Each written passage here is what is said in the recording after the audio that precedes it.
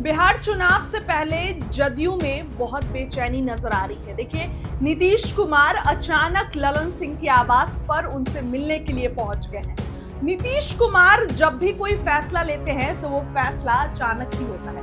वो फैसला ऐसा नहीं होता है कि बहुत दिन से मतलब किसी को पता हो। नीतीश कुमार का कोई भी फैसला चौंकाने वाला होता है। ऐसे में अचानक से नीतीश कुमार ललन सिंह के आवास पर उनसे मिलने के लिए पहुंच गए हैं, जहां बंद कमरे में दोनों नेताओं की लगभग 10 मिनट तक बातचीत हुई। अब देखिए, ये मुलाकात तो आम है, लेकिन चुनाव से पहले जब अचानक ललन सिंह और नीतीश कुमार की मुलाकात होती है तो सियासी गलियारों में ये चर्चा का विषय बन जाता है। और ललन सिंह की देखिए, अगर बात करते हैं तो ललन सिंह केंद्रीय मंत्री हैं, सांसद हैं, और जब से अनंत सिंह जेल से बाहर आए हैं तब से ललन सिंह को लेकर खबरें बहुत मतलब अनंत सिंह से मुलाकात की है तब से ललन सिंह और भी ज्यादा चर्चा में है। दूसरी चीज, ललन सिंह को लेकर ये कहा जाता है कि भाजपा के हो गए हैं, केंद्रीय मंत्री नरेंद्र मोदी ने बना दिया, तब से भाजपा का सपोर्ट करने लगे हैं जदयू को, तमाम चीजें विपक्ष कहता है। तो ऐसे में जदयू से अब ललन सिंह की मुलाकात, नीतीश कुमार अचानक भागे भागे ललन सिंह से मिलने पहुंचे हैं, तो कहीं ना कहीं कोई बड़ी बात होगी। बताएं आपको कि संभावना जताई जा रही है कि दोनों के बीच आगामी चुनाव और कई मुद्दों को लेकर भी बातचीत हुई है। हालांकि इस बात की जानकारी फिलहाल सामने निकलकर नहीं आ रही है मुलाकात के दौरान क्या बात हुई। इस बीच मुख्यमंत्री नीतीश कुमार का अचानक से ललन सिंह के घर पर जाना अब सियासी चर्चा का विषय बना हुआ है। उनका ललन सिंह के यहाँ जाना ऐसे समय में हुआ है जब कल प्रधानमंत्री नरेंद्र मोदी बिहार दौरे पर थे। इस दौरान दोनों नेताओं की मुलाकात भी हुई है। ऐसे में नीतीश कुमार और ललन सिंह की मुलाकात काफी अहम मानी जा रही है। सूत्रों के अनुसार ललन सिंह से नीतीश कुमार की यह मुलाकात बिहार में चुनाव को लेकर रणनीति बनाने की है।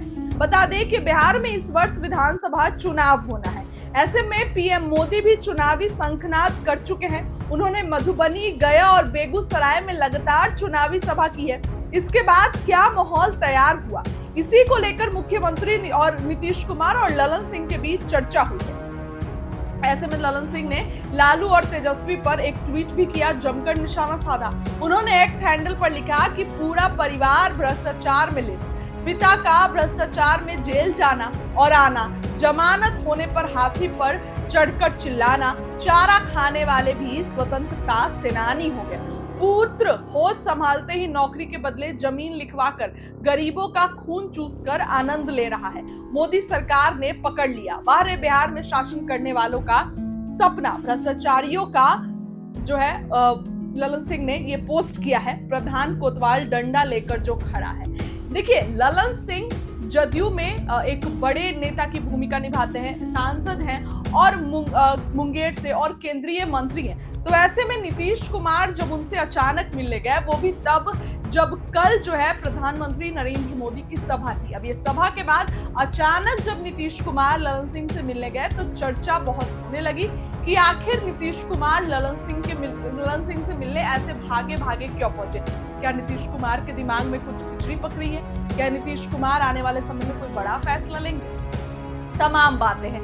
ऐसे में ललन सिंह को लेकर ये चर्चा होती है कि ललन सिंह से नाराज थे नीतीश कुमार, सीधे जो है उनको दिल्ली भेज दिया, तमाम चीजें। संजय झा को भी नीतीश कुमार ने कार्यकारी अध्यक्ष बनाया। तो अचानक नीतीश कुमार और ललन सिंह की मुलाकात हुई, किस मुद्दे पर हुई? एक तरफ जदयू जहां 112 सीटों को लेकर अड़ी हुई है, जदयू का कहना है कि हमें 112 सीटों पर चुनाव लड़ना है। तो अभी एनडीए में जहां सीट शेयरिंग एक तरफ बाकी है, तो नीतीश कुमार से मिलने जो है वो नीतीश कुमार केंद्रीय मंत्री ललन सिंह से जो है वो मिलने पहुंचे हैं। कल ही प्रधानमंत्री नरेंद्र मोदी की सभा थी, आप सभी ने देखा। नीतीश कुमार ने भी यहाँ भाषण दिया, ललन सिंह भी थे, मुलाकात हुई ही। तो आज फिर सुबह सुबह नीतीश कुमार और केंद्रीय मंत्री ललन सिंह एक दूसरे से आखिर क्यों मुलाकात किए? चुनावी चर्चा होगी, जाहिर सी बात है, लेकिन अचानक से मुलाकात करना सियासी गलियारों में हड़कंप को मचा देता है। फिलहाल नीतीश कुमार कल के भाषण में क्या कुछ बातें कर रहे हैं, क्या कुछ कह रहे हैं, उनके बात गया जी एवं बोध गया में हर साल लाखों लोग आते हैं। अब पहले यहाँ क्या हालत था, बुरा हाल था।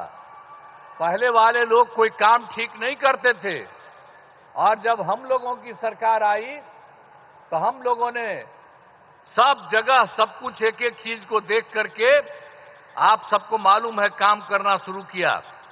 अब यहां सभी इंतजाम करा दिए गए। अब गया जी में फल्गु नदी में और रबर डैम में सीता सेतु का निर्माण कराया गया है और बोध गया में महाबोधि सांस्कृतिक केंद्र एवं विशिष्ट अतिथि गृह का निर्माण कराया गया है। और आप जानते हैं, गया था और उसके बगल में कई चीजों को लिखवा रहे थे हम, और उसका नाम हम गया जी दे रहे थे।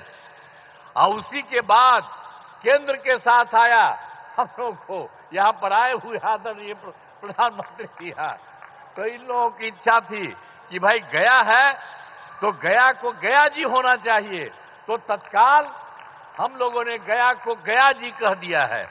आज यही सब देख करके तो हम लोग तो कर ही रहे थे आप लोगों को, लेकिन शहर का नाम गया ही था, तो अब गया का भी नाम गया जी हो गया अब सब दिन के लिए। तो अब एक तरफ बोध गया है और एक तरफ गया जी है, तो ये सब काम किया जा रहा है काफी सिर से।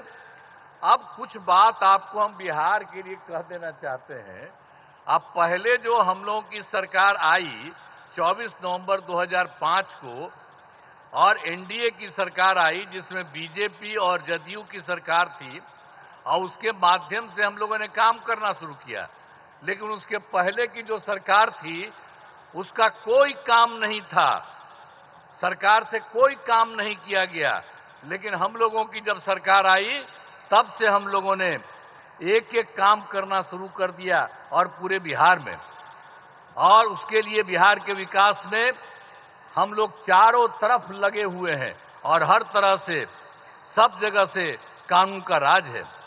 अभी एक चीज आपको बता देना चाहता, सभी क्षेत्रों में तेजी से विकास हो रहा है, चाहे शिक्षा हो, स्वास्थ्य हो, सड़क हो, बिजली हो, सभी काम हो रहे हैं। हाल ही में कुछ नए, बाकी जो सब काम हम लोग करवा ही रहे हैं, लेकिन अभी हाल ही में कुछ और भी काम करवाए हैं। तो इसी के लिए नए निर्णय लिए गए हैं अभी हाल में। तो अभी वृद्ध जनों, दिव्यांग जनों और विधवा महिलाओं को मिलने वाली पेंशन की राशि 400 रुपया थी, तो इसीलिए अभी हम लोगों ने उनको बढ़ा करके 400 रुपये को बढ़ा करके 1100 रुपया कर दिया है। और इसमें कुल मिलाकर के 1 करोड़ 12 लाख लोगों को फायदा हो रहा। तो हम लोगों की सरकार में तो सब तरह से लोगों को फायदा देने का काम किया ही जा रहा है।